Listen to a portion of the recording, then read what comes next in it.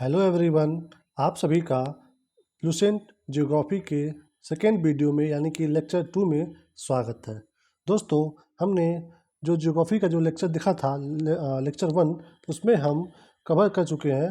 जो उसके आगे हम अब यहाँ से यानी कि बुध मरकरी से शुरू करेंगे। ठीक है, अगर आपको पहला वीडियो देखना हो तो आप हमारे चैनल पर जाइए। ठीक है, वहाँ पे ज्योग्राफी का एक अलग प्लेलिस्ट बना हुआ है। ठीक है, उसमें हम पहले मतलब चैप्टर से भूगोल का शुरू किए हैं। ठीक है, उसके बाद हमने उसमें ब्रह्मांड के बारे में देखा है।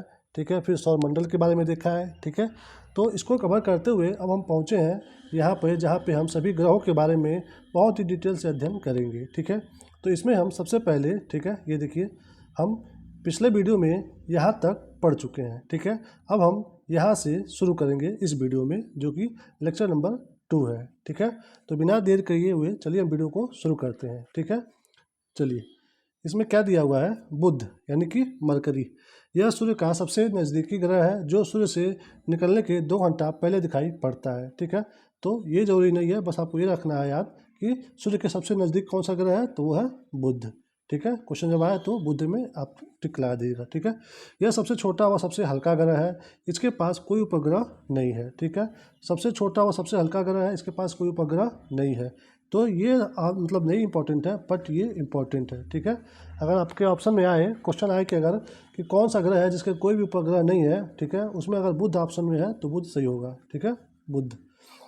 इसका सबसे विशिष्ट गुण है इसमें चुंबकीय क्षेत्र का होना। ठीक है, ये एग्जाम के लिए इम्पोर्टेंट नहीं है।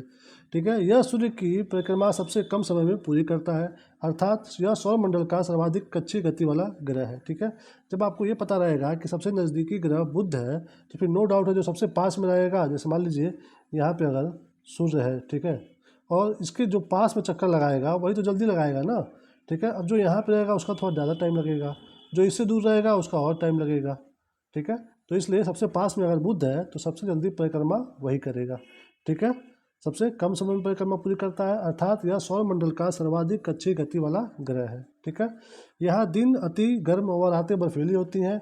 इसका तापांतर सभी ग्रहों में सबसे अधिक 600 डिग्री सेल्सियस है। इसका तापमान रात में माइनस 173 डिग्री सेल्सियस और दिन में 427 डिग्री सेल्सियस हो जाता है। ठीक है, तो यानी कि बस बुध ग्रह के बारे में आपको ये जानना है कि यह सूर्य के सबसे नज़दीक ग्रह है, एक ये बात जानना है। ठीक है, और ये जानना है कि इसके कोई भी उपग्रह नहीं है। ठीक है, बुध में ये दो बात इंपॉर्टेंट हो गई। और अगर आप तीसरी भी चीज़ जानना चाहो तो वो ये थोड़ा सा हो सकता है कि विशिष्ट गुण है कि इसका चुंबकीय क्षेत्र है इसमें। ठीक है, चलिए, ये हो गया। उसके बाद अब अगला क्या है, अगला है शुक्र ग्रह। ठीक है, तो इसके बारे में क्या क्या इंपॉर्टेंट चीज़ है वो हम जान लेते हैं।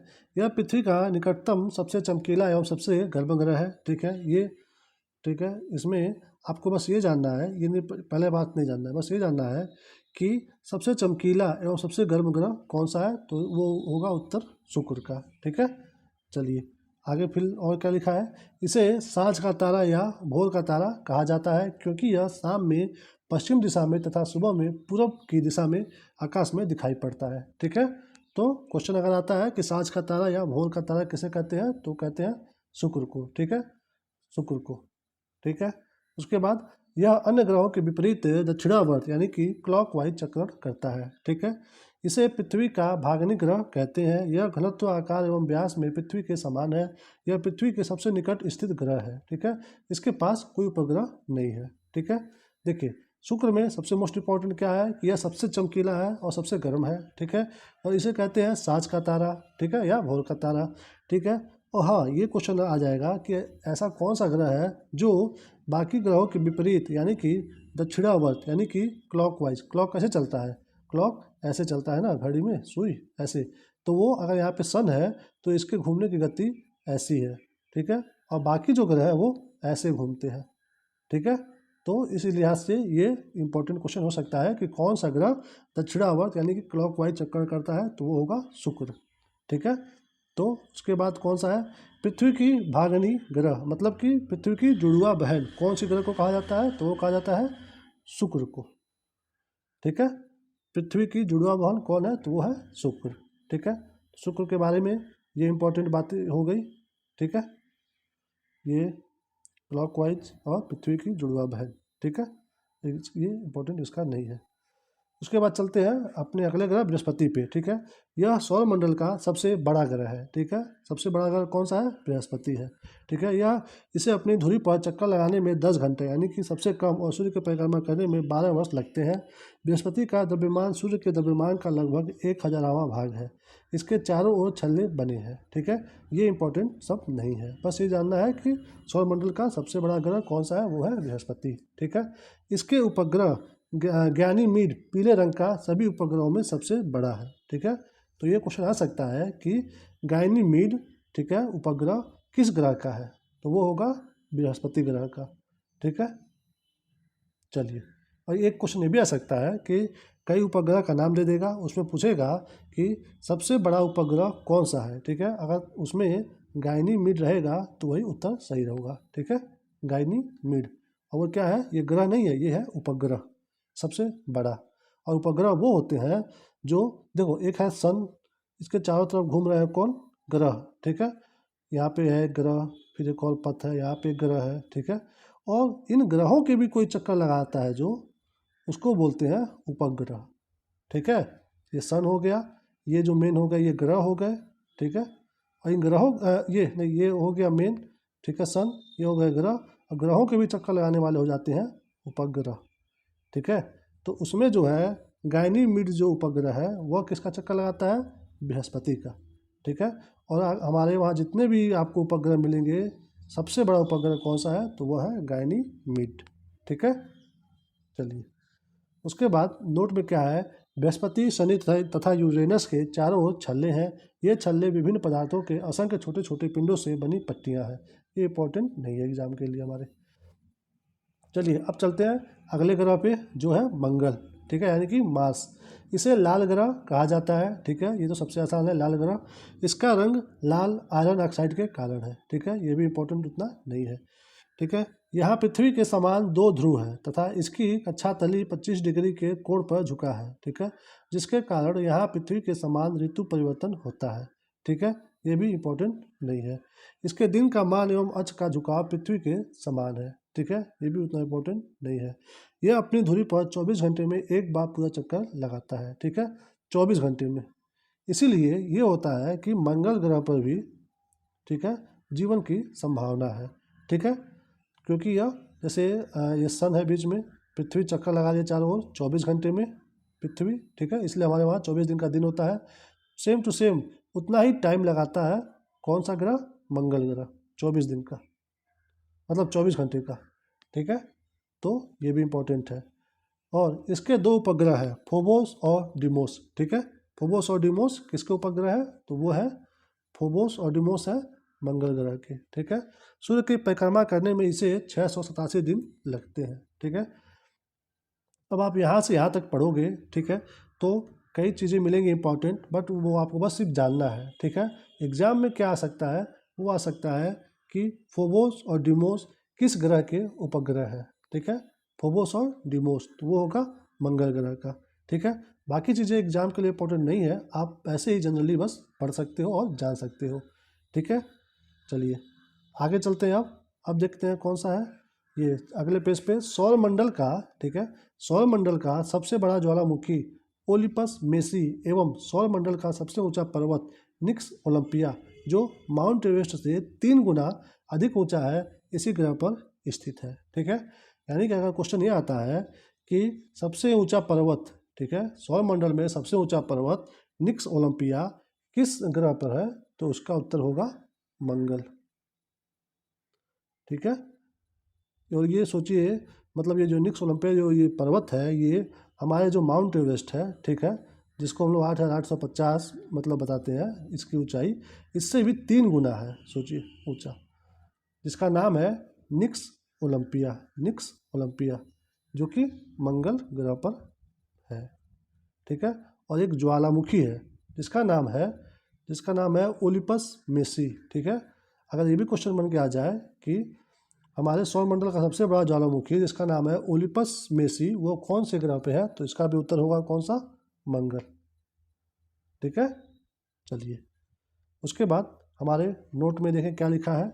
मार्स ओडिसी नामक नामक कृत्रिम उपग्रह से मंगल पर बर्फ छत्रकों और हिम सिंचित जल की उपस्थिति की सूचना मिली है। इसलिए पृथ्वी के अलावा यह एकमात्र ग्रह है जिस पर जीवन की संभावना व्यक्त की जाती है।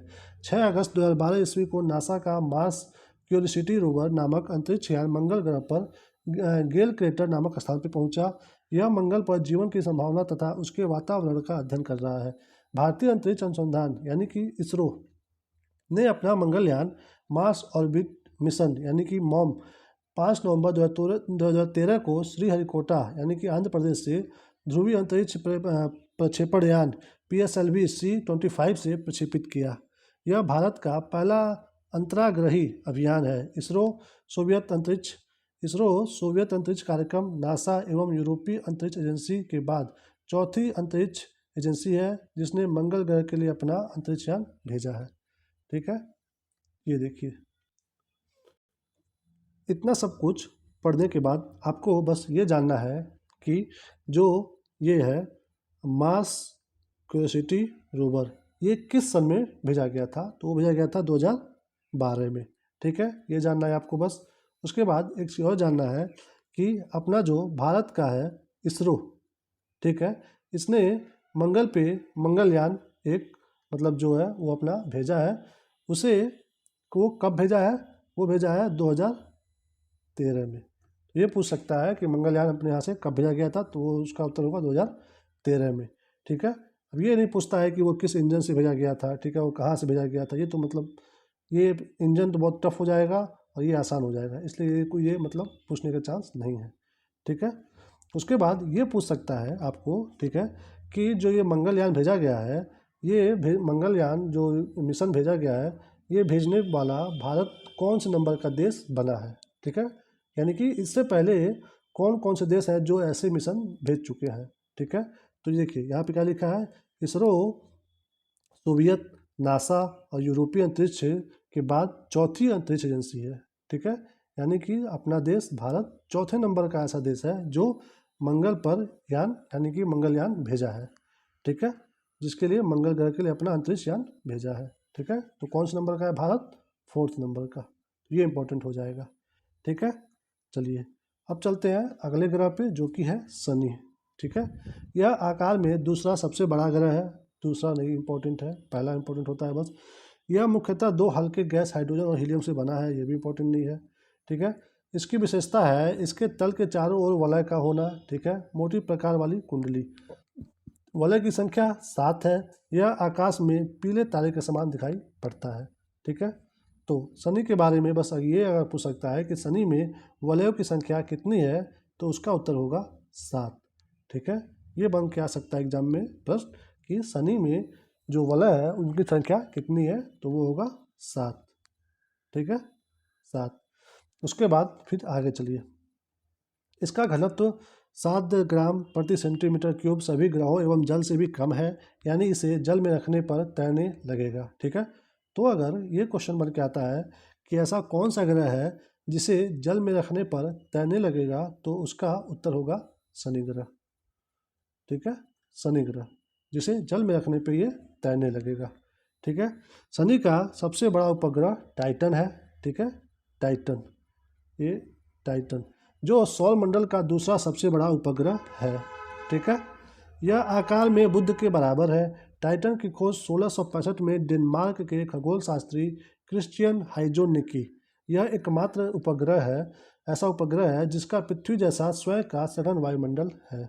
ठीक है, देखिए यहाँ से 2 क्वेश्चन बनेंगे। ठीक है, कि टाइटन जो है वो किस ग्रह का उपग्रह है, तो उसका उत्तर होगा कौन सा, शनि। ठीक है, उसके बाद एक क्वेश्चन यहाँ से ये बनेगा कि ऐसा कौन सा उपग्रह है जो पृथ्वी जैसा स्वयं का सघन वायुमंडल रखता है। ठीक है, तो उसका भी क्या होगा उत्तर, ये होगा टाइटन। ठीक है, यानी कि टाइटन ऐसा उपग्रह है जो पृथ्वी जैसा स्वयं का सघन वायुमंडल रखता है। ठीक है, तो यहाँ से बनेंगे आपके ऐसे 2 क्वेश्चन। ठीक है, ये नहीं पूछेगा कि टाइटन सन 1665 में खोजा गया था। ठीक है, फिर भी अगर आपको याद रखना है तो याद रख लीजिए टाइटन की खोज 1665 में हुई थी। ठीक है, डेनमार्क के खगोल शास्त्री क्रिश्चियन हाइजोन के द्वारा। ठीक है, बट मैं इसको आपको मना करूँगा कि आप याद मत करिए। ठीक है, चलिए फोवे नामक शनि का उपग्रह इसकी कक्षा में घूमने की विपरीत दिशा में विपरीत दिशा में परिक्रमा करता है। ये इंपॉर्टेंट नहीं है। ठीक है, अब चलिए अगले ग्रह पे जो कि है अरुण। ठीक है, यह आकार में तीसरा सबसे बड़ा ग्रह है। ठीक है, इसका तापमान लगभग मतलब -215 डिग्री सेल्सियस है। No importance. इसकी खोज 1781 ईस्वी में विलियम हार्सेल द्वारा की गई थी। ठीक है, ये ग्रह है तो इसका मतलब खोज इंपॉर्टेंट हो जाता है। ठीक है, उपग्रह था इसलिए उसका इंपॉर्टेंट मैंने नहीं बताया। ये ग्रह है तो इसका पूछ सकता है कि अरुण ग्रह का खोज किसने किया था। ठीक है, तो उसका उत्तर होगा विलियम हार्सेल। ठीक है, विलियम हार्सेल।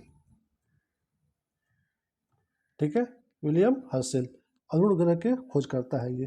ठीक है, इसके चारों ओर 9 वलयों में 5 वलयों का नाम है अल्फा, बीटा, गामा और डेल्टा एवं इप्सिलॉन। ठीक है, यानी कि अरुण ग्रह जो है उसके चारों ओर 7 जो है 9 जो है वलय है। ठीक है, वलय मतलब धूल और मतलब कंकड़ के चारों तरफ जो होते हैं वो उसके घूमते रहते हैं वो। ठीक है, तो उससे बनता है वलय। ठीक है, तो उसमें 5 के नाम है अल्फा, बीटा, गामा और डेल्टा। तो ये भी प्रश्न यहाँ से ऐसे बन सकता है कि कौन से ग्रहों के चारों तरफ वलय के रूप में अल्फा, बीटा, गामा एवं डेल्टा होते हैं या फिर घूमते हैं। ठीक है, तो उसका उत्तर क्या होगा? अरुण। ठीक है, अरुण।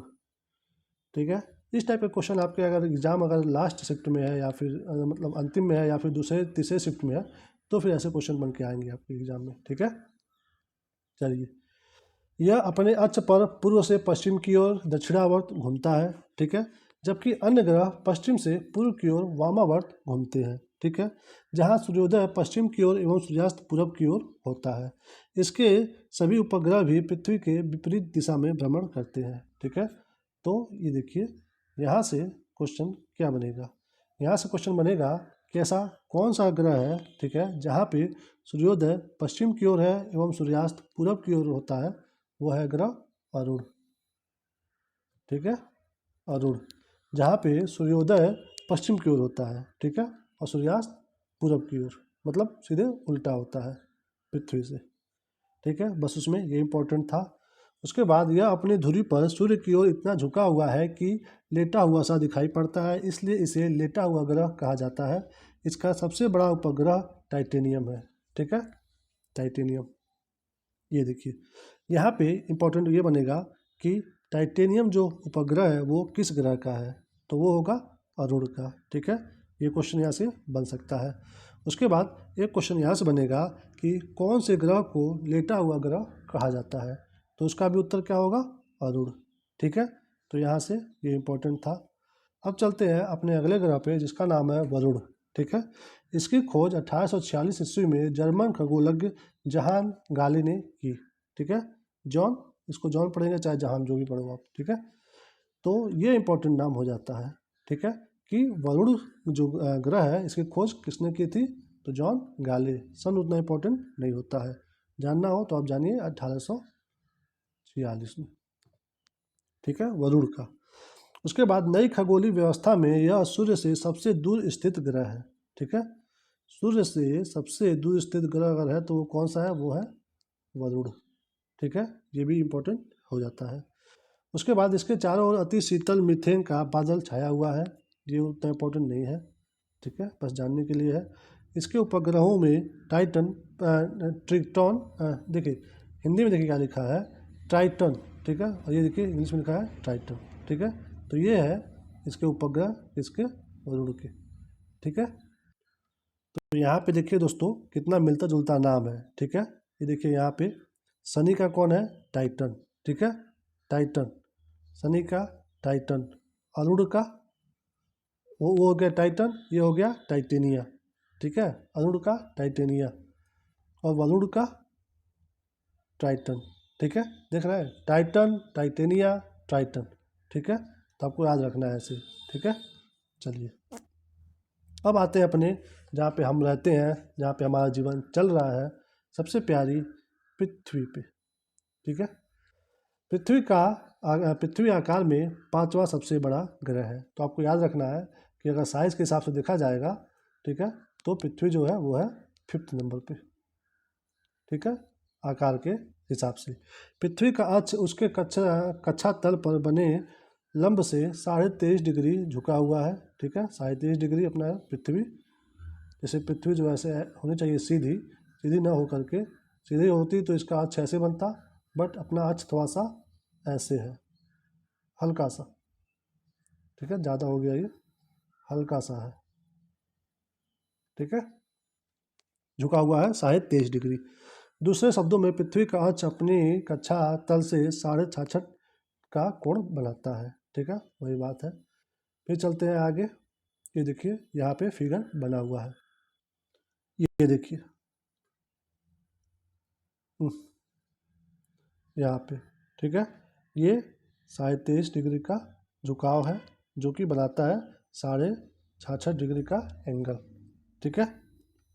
चलिए आगे क्या है, यह सौरमंडल का एकमात्र ग्रह है जिस पर जीवन है, ठीक है, नो डाउट पृथ्वी पर। इसका घनत्व तो सभी ग्रहों में सबसे अधिक है, ठीक है। इसका एकमात्र उपग्रह चंद्रमा और औसत व्यास 12,742 किलोमीटर है। इसकी गणना सर्वप्रथम इरेस्टोस्थनीज ने की थी, ठीक है। चलिए इसमें बस इम्पोर्टेंट मतलब एग्जाम के लिए आप इसमें से क्वेश्चन बन ही नहीं सकता, हमारे पृथ्वी के बारे में क्या ही बनेगा एग्जाम में, ठीक है। चलिए मतलब बनेगा इसलिए नहीं क्योंकि आसान हो जाएगा, ठीक है, इसलिए बोल रहा हूँ। इसका विषुवतीय व्यास 12,756 किलोमीटर और ध्रुवीय व्यास 12,713.6 किलोमीटर है, ठीक है। तो ये किसी भी एग्जाम में आने वाला नहीं है, बस आपको एज ए नॉलेज जानना है तो आप जानिए, ठीक है। दोनों व्यासों का अंतर 43 किलोमीटर है। इसकी औसत त्रिज्या 6,371 किलोमीटर है, ठीक है। तो ये पूछ सकता है, ठीक है, कि विषुवतीय व्यास और ध्रुवीय व्यास का अंतर कितना है।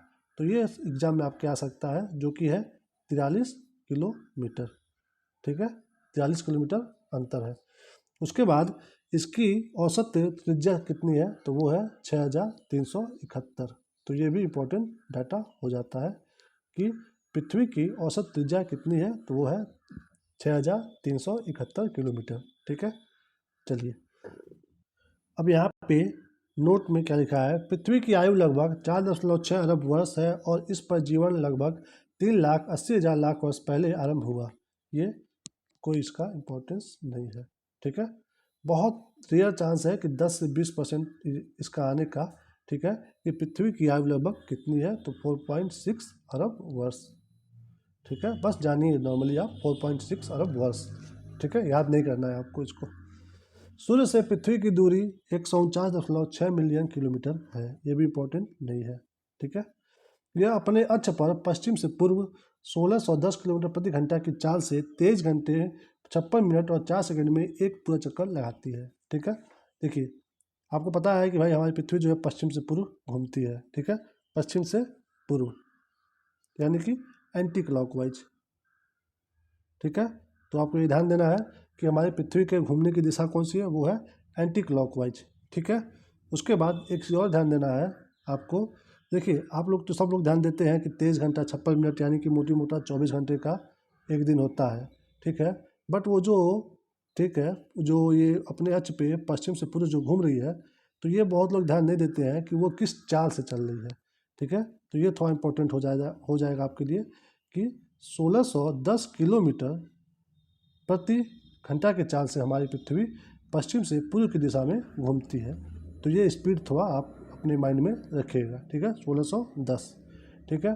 पृथ्वी की इस गति को घूर्णन या दैनिक गति कहते हैं। इस गति से दिन रात होते हैं, ठीक है, वही जो मैं बताया ना कि 24 घंटे का दिन होता है लगभग, ठीक है।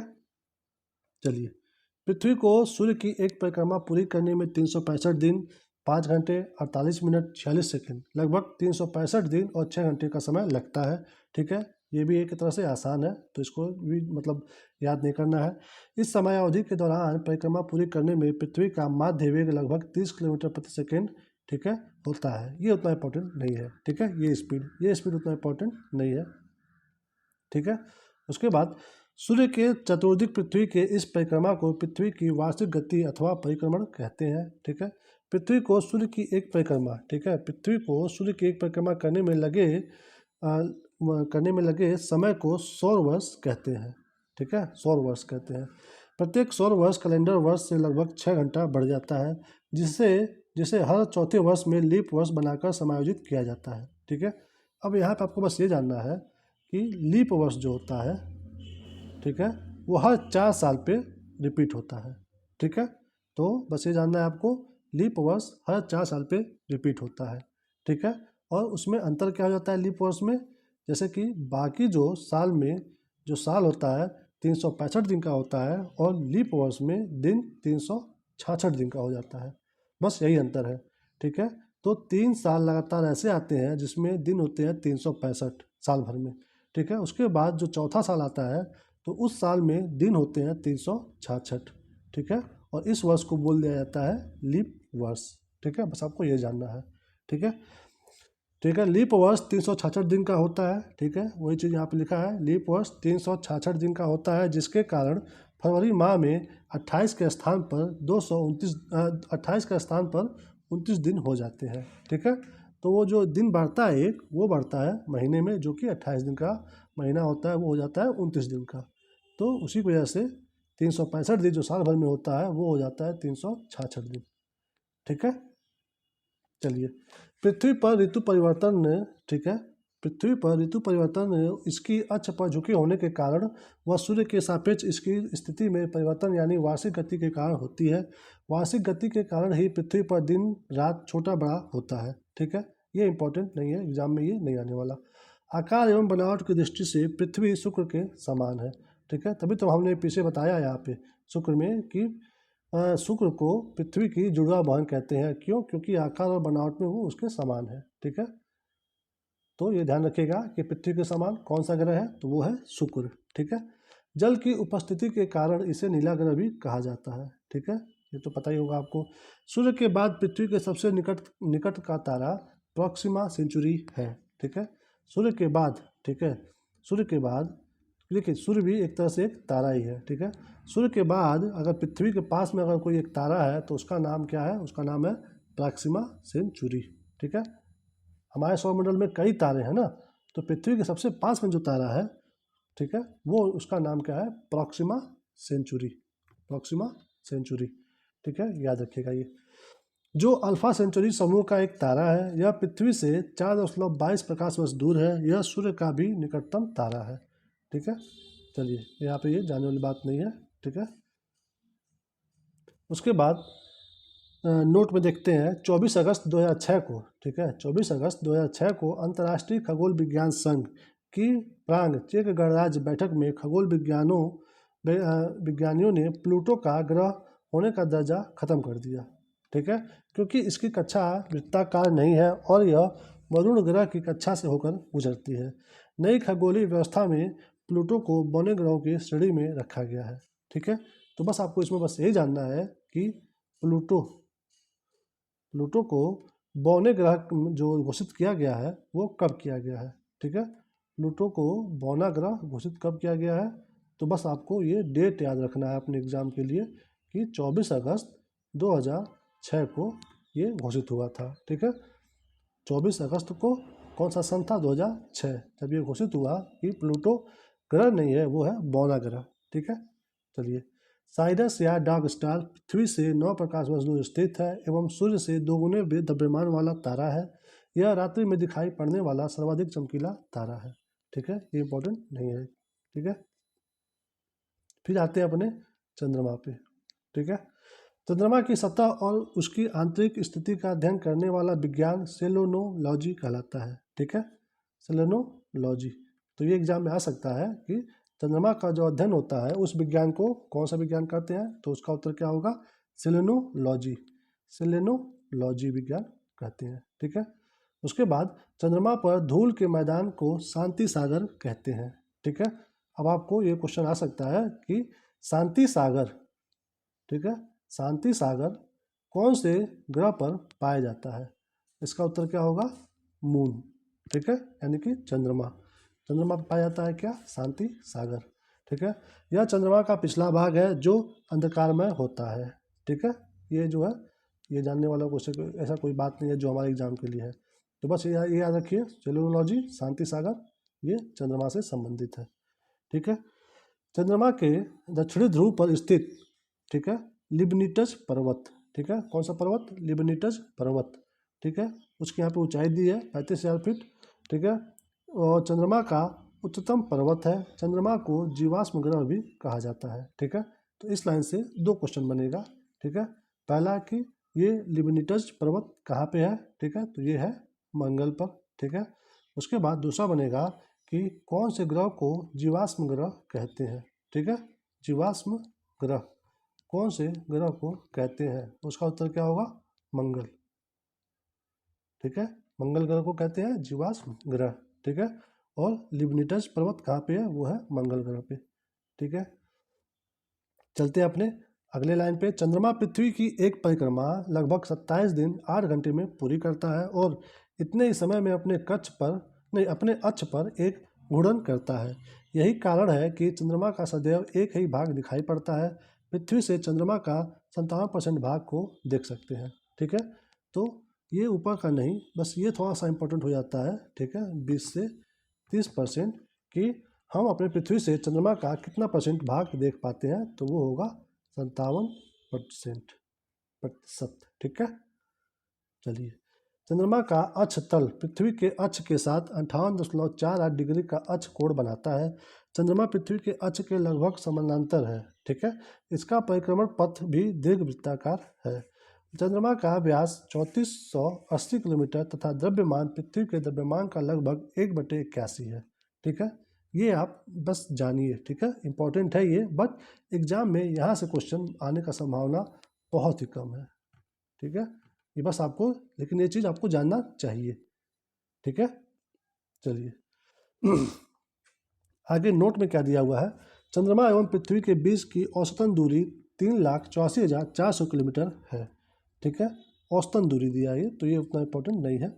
सूर्य के संदर्भ में चंद्रमा की परिक्रमा की अवधि 29 और 29.53 दिन है। ठीक है, यानी कि 29 दिन 12 घंटे 44 मिनट और 2.8 सेकंड।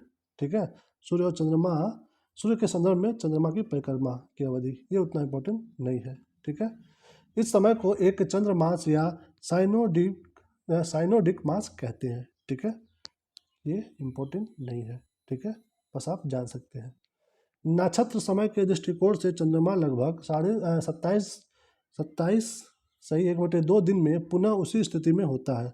27 से 1/2 दिन यानी कि 27 दिन 7 घंटे 43 मिनट और 11.6 सेकंड की यह अवधि एक नक्षत्र मास कहलाती है। ठीक है, ये इंपॉर्टेंट नहीं है। ज्वार उठाने के लिए अपेक्षित सौर एवं चंद्रमा की शक्तियों का अनुपात है।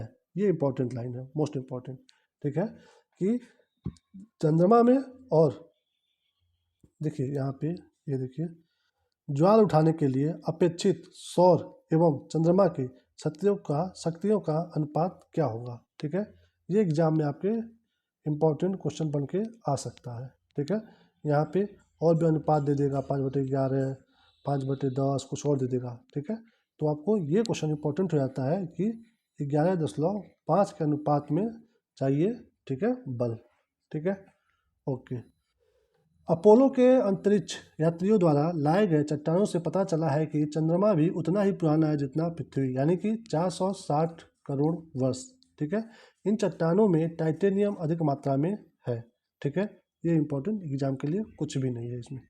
ठीक है, उसके बाद सुपर मून, जब चंद्रमा पृथ्वी के सबसे निकट होता है। ठीक है, चंद्रमा जब पृथ्वी के सबसे निकट होता है तो उस स्थिति को सुपर मून कहते हैं। ठीक है, सुपर मून कहते हैं। इसमें क्वेश्चन आपको ऐसे भी आ सकता है कि सुपर मून की स्थिति कब होती है। ठीक है, इसमें दे देगा कि चंद्रमा जो है पृथ्वी से दूर है, पास में है। ठीक है, मतलब कुछ भी उसमें देख सकता है ऑप्शन में। तो आपको ये ध्यान देना है कि जब सबसे निकट होगा तब होगा सुपर मून। ठीक है, और ये ऐसे प्रश्न का इंपॉर्टेंस आपका क्या है? 30%, 30 से 40% बस। ठीक है, इसे पेपरीज फुल मून भी कहते हैं, इसे पेरिजी फुल मून भी कहते हैं। ठीक है, इसमें चांद 14% ज़्यादा बड़ा है तथा 30% अधिक चमकीला दिखाई पड़ता है।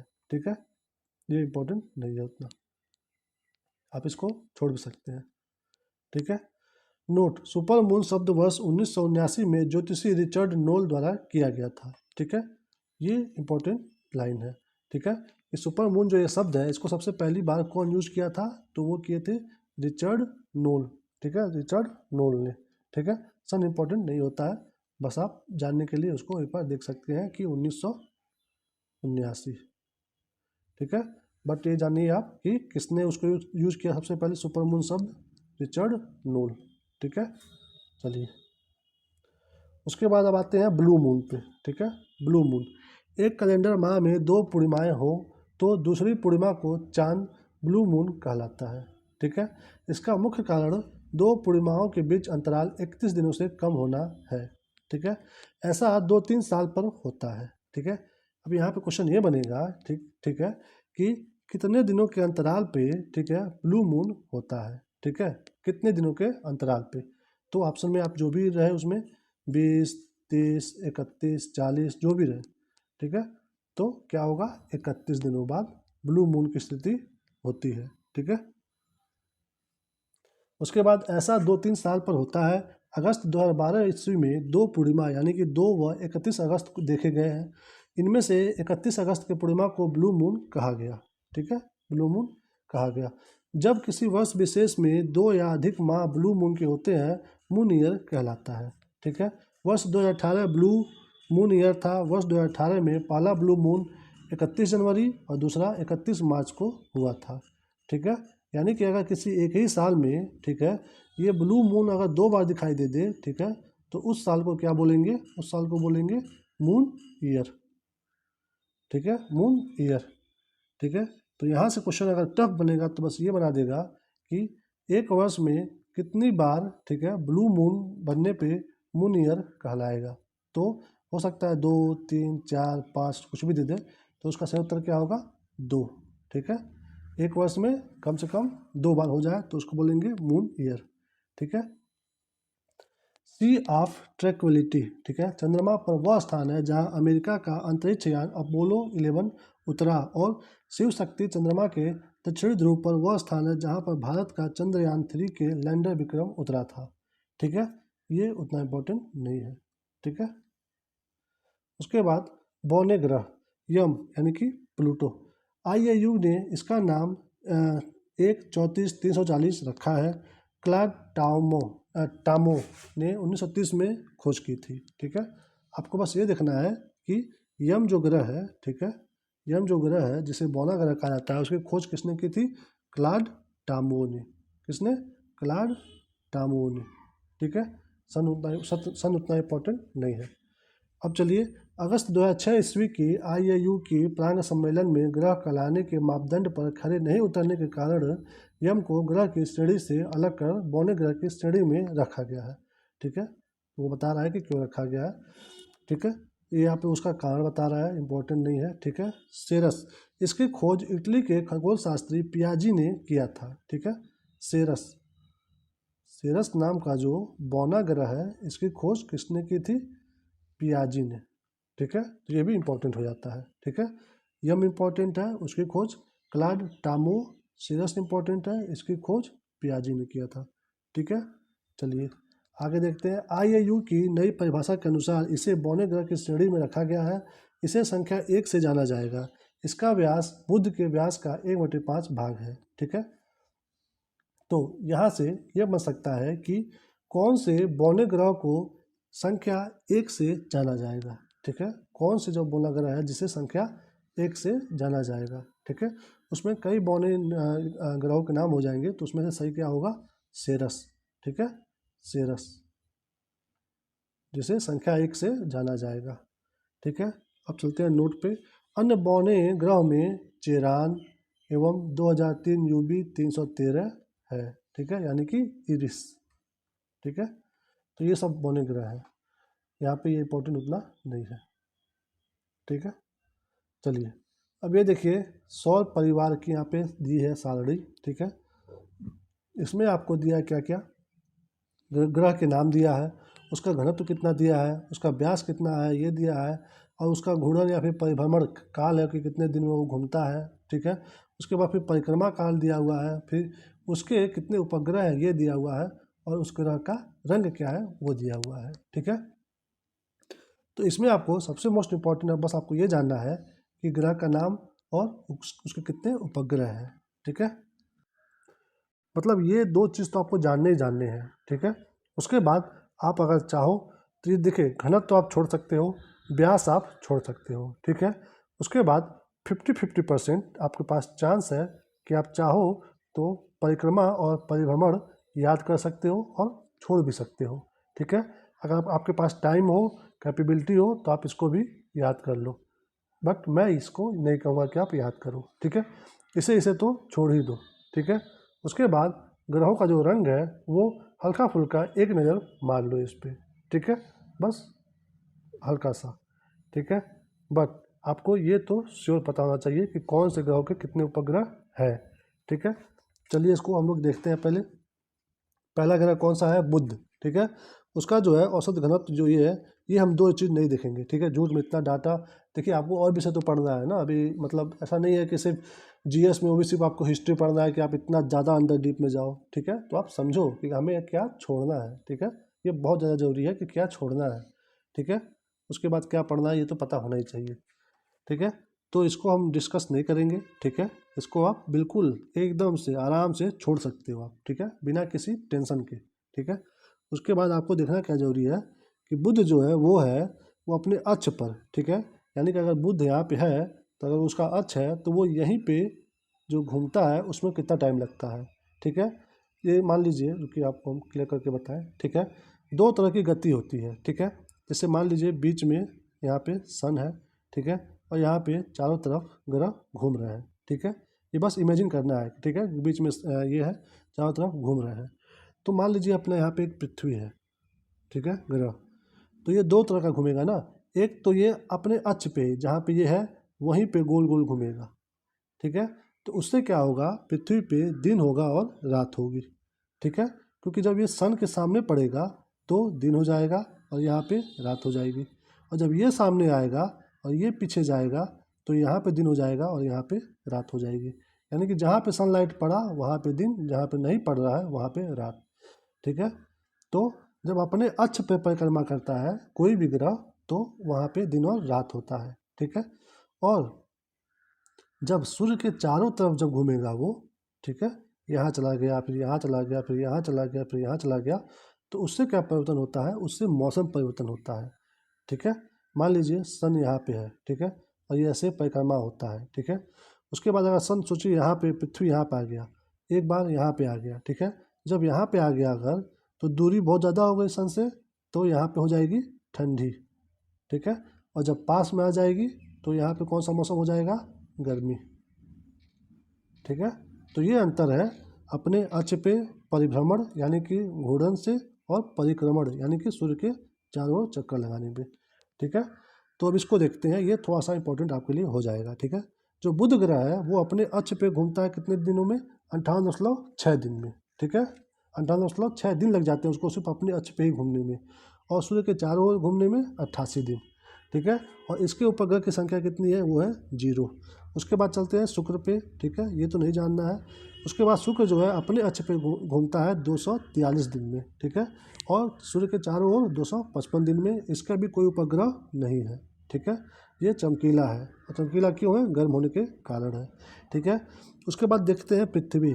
ठीक है, पृथ्वी में क्या है कि ये 23.9 घंटे में अपने अक्ष पे घूम जाता है, जिससे हमारा दिन जो है और रात मिला करके 24 घंटे का होता है। ठीक है, उसके बाद ये हमारा सूर्य के जो चारों ओर चक्कर लगाता है पृथ्वी, ये लगाता है 365.26 दिन में।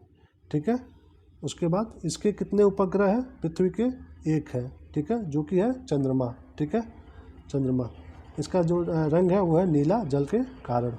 उसके बाद देखते हैं मंगल ग्रह। ठीक है, ये हटा दीजिए, ये अपने अक्ष पे घूमता है 24.6 घंटे में। ठीक है, यानी कि अगर मानव जा करके मंगल ग्रह पे बसेगा तो वहाँ पे दिन और रात थोड़ा सा ज़्यादा होगा पृथ्वी की तुलना में। ठीक है, देखिए क्योंकि यहाँ पे 23.9 है, यहाँ पे 24.6 है।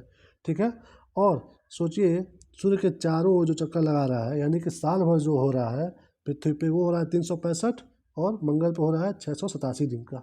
ठीक है, सोचिए वहाँ पर अगर हम लोग जा करके बसते हैं तो फिर कितना मतलब दिन, कितना लंबा साल होगा, सोचिए। ठीक है, उसके बाद मंगल ग्रह के जो उपग्रह हैं वो है कितने, 2 है। ठीक है, और इसका रंग है लाल। ठीक है, जो कि आयरन ऑक्साइड के कारण है। ठीक है, उसके बाद है बृहस्पति। ठीक है, बृहस्पति जो है वो अपने अक्ष पे घूमता है सिर्फ 9 ही घंटे में, सिर्फ 9 घंटे में, 9 घंटा 56 मिनट में वो अपने अक्ष पे घूम जाता है। ठीक है, और लेकिन जब पूरा सूर्य का घूमना होता है तो वो लगा देता है 11 वर्ष 11 महीना। ठीक है, उसके बाद शनि जो है, शनि का क्या है, देखिए यहाँ पे ग्रह का जो रंग है पीला है। ठीक है, ये सब ये तो उतना इंपॉर्टेंट नहीं है। उसके बाद शनि, ठीक है, शनि जो है लगाता है 10 घंटा 40 मिनट। ठीक है, जिसका पूरा सूर्य के चक्कर लगाने में लगता है 29 साल। ठीक है, 5 महीना। ठीक है, और ये इंपॉर्टेंट यहाँ पे हो जाता है कि इसके जो उपग्रह है प्रेजेंट टाइम में सबसे ज़्यादा है। ठीक है, यानी कि 146। तो यहाँ से अगर क्वेश्चन बनता है कि कौन से ग्रह के सबसे ज़्यादा उपग्रह है तो वो होंगे शनि। ठीक है, और कितना है, 146। ठीक है, चलिए उसके बाद अरुण। ठीक है, ये लगाता है अपने अक्ष पे चक्कर 17 घंटा 14 मिनट में। ठीक है, उसके बाद ये पूरा सूर्य का चक्कर लगाता है 84 वर्ष में। ठीक है, 84 वर्ष में। उसके बाद ये इसके उपग्रह कितने हैं, वो है 28। ठीक है, उसके बाद अभी इसका हरा रंग है मीथेन के कारण। ठीक है, उसके बाद है वरुण। ठीक है, वरुण जो लगाता है वो 16 घंटा 7 मिनट में अपने अक्ष पे घूमता है और पूरे सूर्य का 164.8 वर्ष में। ठीक है, जो कि हल्का नीला रंग का है। तो यहाँ से आपको ज़्यादा से ज़्यादा क्या याद करना है वो मैं आपको बता देता हूँ। ठीक है, आपको बस ध्यान देना है दो तीन चीज़ों पे बस। एक तो अपना पृथ्वी आपको पता होना ही चाहिए, नो डाउट। ठीक है, क्योंकि इस पे हम रहते हैं। उसके बाद मंगल पे इतना खोज चल रहा है तो आपको बस उसके बारे में जानना है कि वहाँ कितना टाइम में अपने अच्छे पे घूमता है वो, और कितना सूर्य के चारों ओर लगाने में चक्कर लगाता है टाइम। ठीक है, और उसके उपग्रह की संख्या कितनी है। ठीक है, एक तो पृथ्वी का जानना है, फिर मंगल का जानना है। ठीक है, बस उसके बाद आपको ज़्यादा नहीं जानना है। उसके बाद भी अगर आप एक जानना चाहोगे तो सिर्फ और सिर्फ शुक्र का जान लेना, क्योंकि इसे हम लोग पृथ्वी के समान मान रहे हैं, पृथ्वी की जुड़वा बहन मान रहे हैं। तो बस इसलिए इसके बारे में थोड़ा जानते रहना। ठीक है, ये 3rd नंबर पे आएगा लेकिन। ठीक है, बट आपको पृथ्वी और मंगल के बारे में अच्छे से जानना है। उसके बाद से जानने के प्रयास करेंगे तो शुक्र के बारे में जानिए, जिसका अपने अक्ष पे 240 दिन लग रहा है समय, और पूरे सूर्य की 255 दिन में, जबकि इसका कोई भी उपग्रह नहीं है। ठीक है, बस इसमें यही इंपॉर्टेंट है। बट आपको मोटी मोटा जानकारी हर चीज़ का होना चाहिए। ठीक है, इस 2 चीज़ को छोड़ करके। चलिए इसमें क्या लिखा हुआ है, एनसीईआरटी क्लास 6 के अनुसार बृहस्पति एवं शनि के उपग्रहों की संख्या 53 लगभग है। ठीक है, ये इंपॉर्टेंट नहीं है। परिभ्रमण या घूर्णन ग्रह के चारों ओर, जैसे जो हम बताए आपको वही डिटेल कर रहा है यहाँ पे। ठीक है, उसके बाद अब देखते हैं लघु सौर मंडलीय पिंड। ठीक है, यानी कि पहला जो है क्षुद्र ग्रह। ठीक है, मंगल एवं बृहस्पति ग्रह की कक्षाओं के बीच कुछ छोटे छोटे आकाशीय पिंड हैं जो सूर्य की परिक्रमा कर रहे हैं, उसे क्षुद्र ग्रह कहते हैं।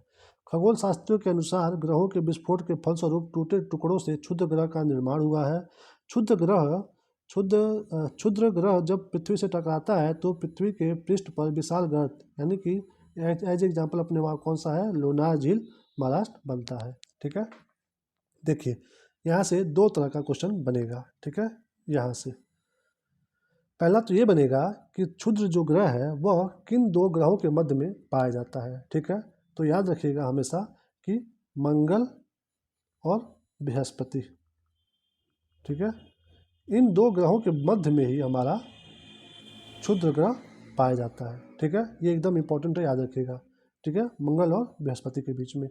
ठीक है, उसके बाद ये पूछ सकता है यहाँ पे कि कौन सा, देखिए मतलब यहाँ से अपना मतलब ज्योग्राफी में भी क्वेश्चन बन सकता है, जैसे कि ये कि कौन सा भारत में ऐसा झील है जो क्षुद्र ग्रह के कारण बना है। ठीक है, तो वो कौन सा होगा, ऑप्शन में अगर रहेगा लोनार झील तो लोनार झील पे लगाना है। ठीक है, और अगर राज्यवार पूछेगा कि कौन से राज्य में है, कई राज्यों के नाम होंगे तो उसमें से सही होगा MH, यानी कि महाराष्ट्र। ठीक है, चलिए फोर वेस्टा एकमात्र क्षुद्र ग्रह है जिसे नंगी आंखों से देखा जा सकता है। फोर वेस्टा, ये भी इंपॉर्टेंट लाइन हो जाता है। ठीक है, कि कौन सा ऐसा क्षुद्र ग्रह है जिसे आप अपनी नंगी आंखों से, यानी कि बिना किसी टेलीस्कोप के, बिना किसी उपकरण के भी देख सकते हो, तो वो कौन सा क्षुद्र ग्रह है, वो है 4 वेस्टा। ठीक है, 4 वेस्टा। चलिए, अब है धूमकेतु। सौरमंडल के छोर पर बहुत से छोटे छोटे अरबों पिंड विद्यमान हैं जो धूमकेतु या पुच्छल तारे कहलाते हैं। यह गैस एवं धूल का संग्रह है जो आकाश में लंबी चमकदार पूंछ सहित प्रकाश प्रकाश यहाँ पे प्रकाश के चमकीले गोले के रूप में दिखाई देते हैं। धूमकेतु केवल तभी दिखाई पड़ता है जब सूर्य की ओर अग्रसर होता है, क्योंकि सूर्य किरणें इसकी गैस को चमकीला बना देती है। धूमकेतु की पूंछ हमेशा सूर्य से दूर होता दिखाई देता है। ठीक है, तो धूमकेतु से रिलेटेड हमारे एग्जाम में अभी कुछ भी दिखाई यहाँ पे नहीं दे रहा है। ठीक है, उसके बाद हेलो नामक धूमकेतु का परिक्रमण काल 76 वर्ष है। यह अंतिम बार 1986 में दिखाई दिया था। अगली बार यह 2062 में दिखाई देगा। ठीक है, तो यहाँ से इम्पोर्टेंट क्वेश्चन क्या बनेगा, ठीक है, कि धूमकेतु, ठीक है, धूमकेतु जिसका नाम है हेले, ठीक है, वह अगली बार किस वर्ष में दिखाई देगा। ठीक है, तो उसका ऑप्शन सही होगा कौन सा, 2062। ठीक है, ये इंपॉर्टेंट हो जाता है आपके लिए। ठीक है, कि हेले नाम का जो धूमकेतु है वो हमें किस वर्ष में दिखाई देगा, तो 2062 में। ठीक है, ये इंपॉर्टेंट हो जाता है यहाँ पे। उसके बाद धूमकेतु हमेशा के लिए टिकाऊ नहीं होते हैं, फिर भी प्रत्येक धूमकेतु के लौटने का समय निश्चित होता है, ये भी इंपॉर्टेंट नहीं है। ठीक है, उसके बाद उल्का। ठीक है, उल्काएं प्रकाश की चमकीली धारी के रूप में दिखते हैं जो आकाश में क्षण भर के लिए दमकती हैं और लुप्त हो जाती हैं। उल्काएं क्षुद्र ग्रहों के टुकड़े एवं धूमकेतुओं द्वारा पीछे छोड़े गए धूल के कण होते हैं। ठीक है, एग्जाम के लिए इस लाइन में कुछ भी इंपॉर्टेंट नहीं है। ठीक है, चलिए अब यहाँ पे इस वीडियो को हम समाप्त करते हैं, क्योंकि अब ये वीडियो बहुत लेंदी हो जाएगा। ठीक है, तो अपना जो है सेकंड नंबर का वीडियो हम यहीं पे समाप्त करते हैं। ठीक है, अब थर्ड नंबर का वीडियो जो हम शुरू करेंगे अपना पृथ्वी और उसका सौरिक संबंध यहाँ से, वो आपको अगले वीडियो में मिलेगा। ठीक है, और तब तक आप इस वीडियो को देखिए और ज़्यादा से ज़्यादा रिविज़न करिए। ठीक है, रिविज़न करना मोस्ट इम्पॉर्टेंट है। ठीक है, तो हम कोशिश कर रहे हैं कि हमारा वीडियो छोटा बने, बट इतना डिटेल से बताने की वजह से वीडियो बड़ा हो रहा है। ठीक है, तो वीडियो बड़ा हो जाए कोई बात नहीं, आपको समझ में अच्छी तरह से आना चाहिए, ताकि इस वीडियो को देखने के बाद आपको फिर कहीं कोई दूसरा वीडियो या फिर क्वेश्चन को लेकर के कोई भी कन्फ्यूजन ना रहे। ठीक है, चलिए इसी के साथ इस वीडियो को यहाँ पे हम समाप्त करते हैं। ठीक है, थैंक यू फॉर वॉचिंग। मिलते हैं आपको अगले वीडियो में, तब तक अपना ख्याल रखिए और हमेशा मोटिवेटेड रहिए और अपने प्रोसेस पे बस बिलीव करिए। ठीक है, मिलते हैं आपको अगले वीडियो में, तब तक के लिए बाय बाय, टेक केयर।